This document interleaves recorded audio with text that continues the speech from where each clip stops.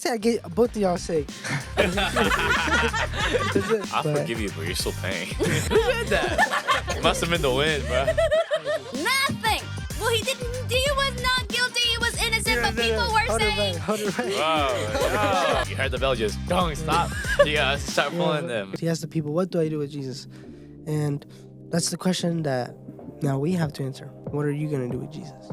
3, 2, 1.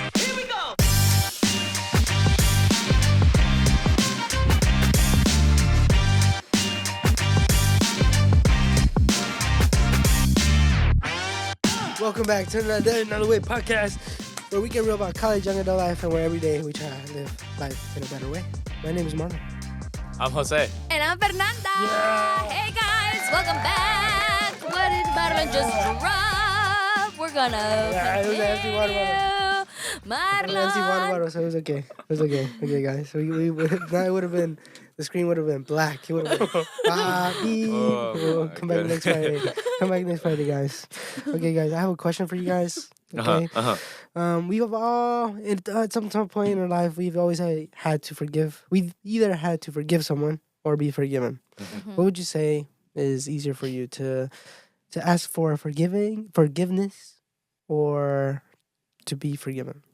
For me, it's easier for me to go and say I'm sorry and for me to acknowledge that I messed up and that I hurt somebody because I don't want to do that. So it's easier. But whenever somebody does something to me, it's a little bit harder for me to gain that trust again and for me to recover. Yeah. I will say that. That is a little weakness. Yeah.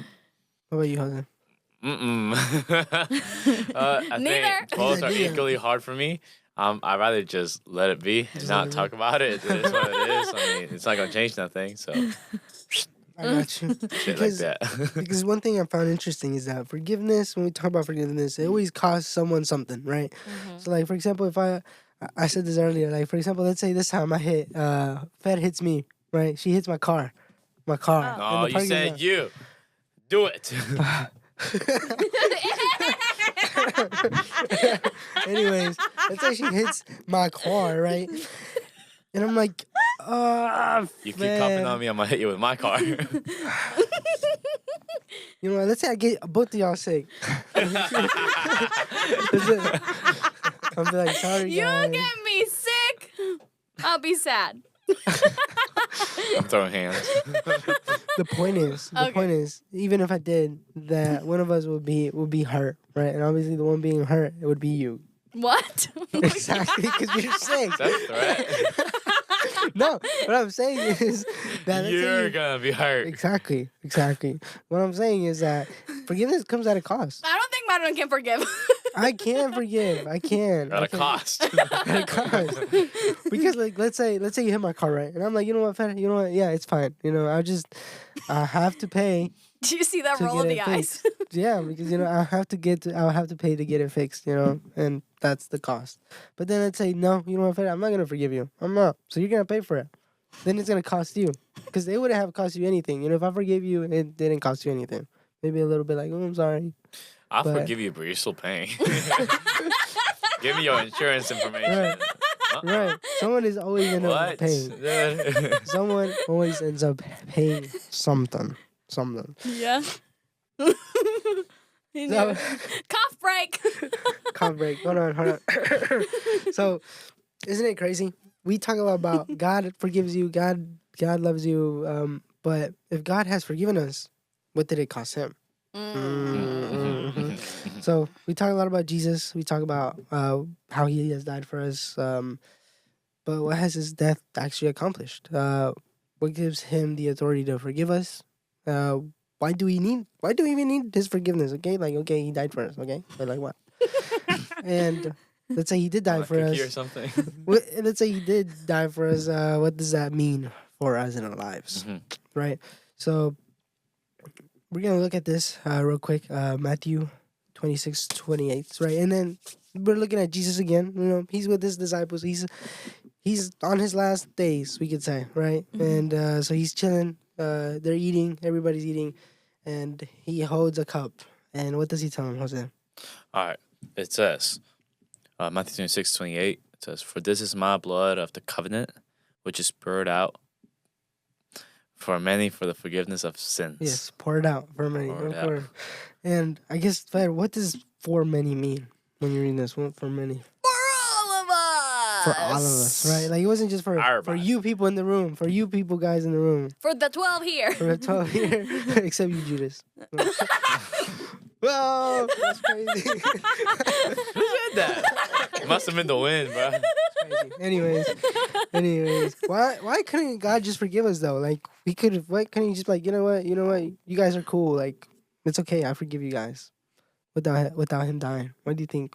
He can just do that? There's a price for everything. Mm-hmm. And the price of sin is death. Yeah, the price of sin is death, right? And we fast forward, and Jesus tells him this, and then he goes on, and then he gets arrested, right? And we see that Jesus is being accused. And what exactly is he being accused of, Fer? Nothing. Well, he didn't. He was not guilty. He was innocent. But people were saying. Hold it back. Wow. Hold it back. People were saying that Jesus was being a false prophet and that Jesus was, I don't know, that they didn't understand the whole thing. They were jealous of my Jesus and they were saying, we need to get rid of him. And you know who was it? It was the Pharisees. They were saying, we need to get rid of this person because people are actually following him. So then they said, we're going to get rid of him. And that's what they were saying. And Jesus had done nothing wrong. Yeah. Mm-hmm. And what does Jesus say? He goes and he tells them, he's basically like, they get him and they try to make him say something. They try to make him stumble on his words, right? Yes. They try to They're gonna trick him, yeah. Yeah, and then he It tells is them, them Pharisees. yes, again, it's them Pharisees. Yo, Bro, dial it back a little bit. Sorry. What did they say? Sorry. What did they say Not right really. there? It says, tell us if you are the Christ, the Son of God. Jesus said to him, you have said so. That was Matthew 26, verses Yeah. 63 Yeah. to 64. He's like, so Oral nonchalant. farming, bro. Yes, he's so like, you have said so. I'm like, that's crazy. And so, why do we think that this, Federer already said it, that he claimed to be the Son of God, and that's why this led to his execution. The people didn't like that. He was telling the truth, Yeah. and it was for their own good, and they still didn't like it. No, they didn't like him. And what's crazy is that he didn't just say this to the religious leaders. He said this to the Roman governor. He was Yeah. like the Pilate. Pilate is his name. He goes in front of him, and they take him to Pilate. They're like, okay, they're like, hey, this guy needs to be put to death. Mm-hmm. So him as the governor is like, okay, let me see what's up with him. And he finds nothing wrong with him. He's like, he asks them like, who do you say you are? And Jesus is like, do you say you're the Son of Man? Basically, what he said to his Pharisees, you have said so, right? Mm-hmm. And they're accusing him of all these things. And what does he do? He just stays silent. He doesn't. They're accusing him like he did this, he said this, he does this. If we were accusing Fed of like, Fed, you didn't turn off the lights at church, you didn't unplug your instrument, You didn't do it. you didn't take out the battery, you didn't do this, you didn't do this. Oh yeah, she leaves the battery in the guitar and it dies every single time. I bet it's dead. Because she left the guitar downstairs, so I bet it's dead. Oh, it was me? Somebody you said. Anyway, oh yeah, we forgot to bring it back up. Anyways, if we're accusing each other, we would all say something back. We would all be like, no, I didn't know. It was Holly's I fault. sure would. Uh-huh. She Jesus, just did. She just did. Because it wasn't intentional. I forget. I go talk to... Anyway. anyways, we see Jesus was calm. He was like, he didn't say anything. And I guess it got on people's nerves. And then, anyways, Pilate didn't find nothing wrong with Jesus. You know what? He's like, I don't know why you guys want him to die. So, He literally washed his hands. He said, yeah. He's like, It's you know what? You know what, guys? Hey, this ain't on me. yeah. What does he say? What does he tell to the people, Jose? All right. On Matthew 27, verses 22 to 23, he says, what shall I do with Jesus who is called Christ? And they all said, let him be crucified. What? That's Bro, crazy. what? Then we just talk about how these people were like, Hosanna, like they were like Mhm. departing him because he was in a donkey. And they were like, They switched up. they switched up on him. It'd be the closest ones to you, It'd be man. the closest one. This is crazy. Yeah, that'd be Jose with me. Ooh.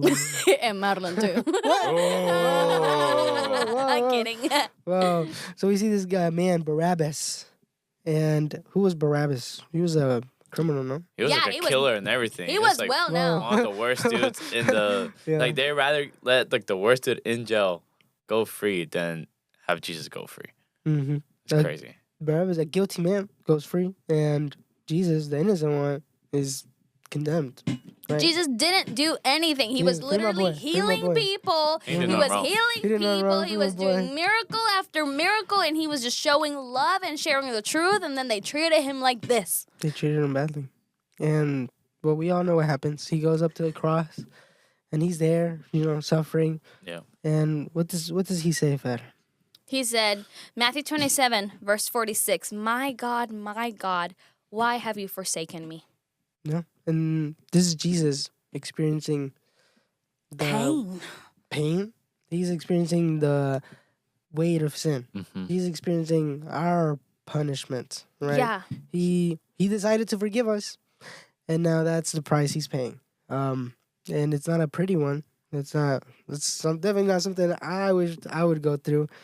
And we see again, forgiveness requires a cost. Mm-hmm. And if Jesus paid this cost, what does that mean, right? Mhm. So let's see what happens. Okay, so we see Jesus. He's up there. He's telling God, "Why have you forsaken me?"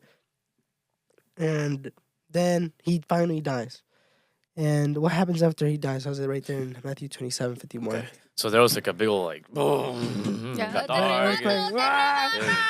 Everything started shaking. And on Matthew 27, table. verse 51, it says, "And behold, the curtain of the temple was torn into two, from the top to bottom." Mm-hmm. Instantly, like after Jesus died, this Yeah, is what it's happened. like- This happened. There's like the weight of like what he did Mhm. and how what he did for us opened up the door for us, essentially opened up the path. Yeah, Mhm. because that curtain used to be what separated. So in the temple, Mhm. where the sacerdotes, how do you say that? The priest. The priests priest, were the high able, priest, were all the that. ones that were supposed to go. But then the highest priest of all, once a year, could Once a year. enter the holy of holiest in Yep. the temple, where God was. where God was. Literally. And then basically, we see that curtain being split. That means there is a door now for Yeah. you and me to Yeah. use. It's no longer Yeah. just for the high And priest. it had to be like you had to like, be like without sin at the time and everything. Like they would quite literally like put a rope on the priests. Like in the Yeah. past, they put a rope and a little belt, and if like you heard the bell, just don't stop. You gotta start pulling them. Yeah. Yeah. It was that like big of a thing. Like Mhm. we Like, being in couldn't God's be because we're not presence. worthy of it. Yeah. Yeah. But then with Jesus dying for our sins and everything, He opens up the path through Him to go to God, and like that's what it represents. The curtain Yeah. rippens. Like Yeah. now we're able to go. And it's from top to bottom. So now someone didn't just go and rip it. Yeah, exactly. It was something that was supernatural. It couldn't just happen for like wear and tear. It was supernatural. It was intentional. It was Yeah. a symbol. Yeah. A symbol that we have recorded in the Bible. Mm-hmm. And we see now that, like Jose said, if access to God is not open, what does that means something changed. That means now we can access God. Mm-hmm. And I guess it leaves us wondering, then nowadays, why do people try to earn this access to God? I don't think they understand fully. I think that sometimes some people have been taught wrong or have misinterpreted the Bible because this is literally free access. Well, it's not free because you have to surrender yourself to Christ, but that you just live for Him Yeah. Mhm. and it's there. Yeah. Mhm. It's a free gift, and how you said you have to give up yourself, you have to give up your ones, so you have to place God and Jesus in front of like everything in your life, which most people it's hard to do, even for me. Like I've known like God for like a decade now, like longer than that, like my whole life essentially, and there's still things that I'm like I don't want to. There was this like little not philosophy, but like this little like idea that was shared with me, and it was our life is like waffles.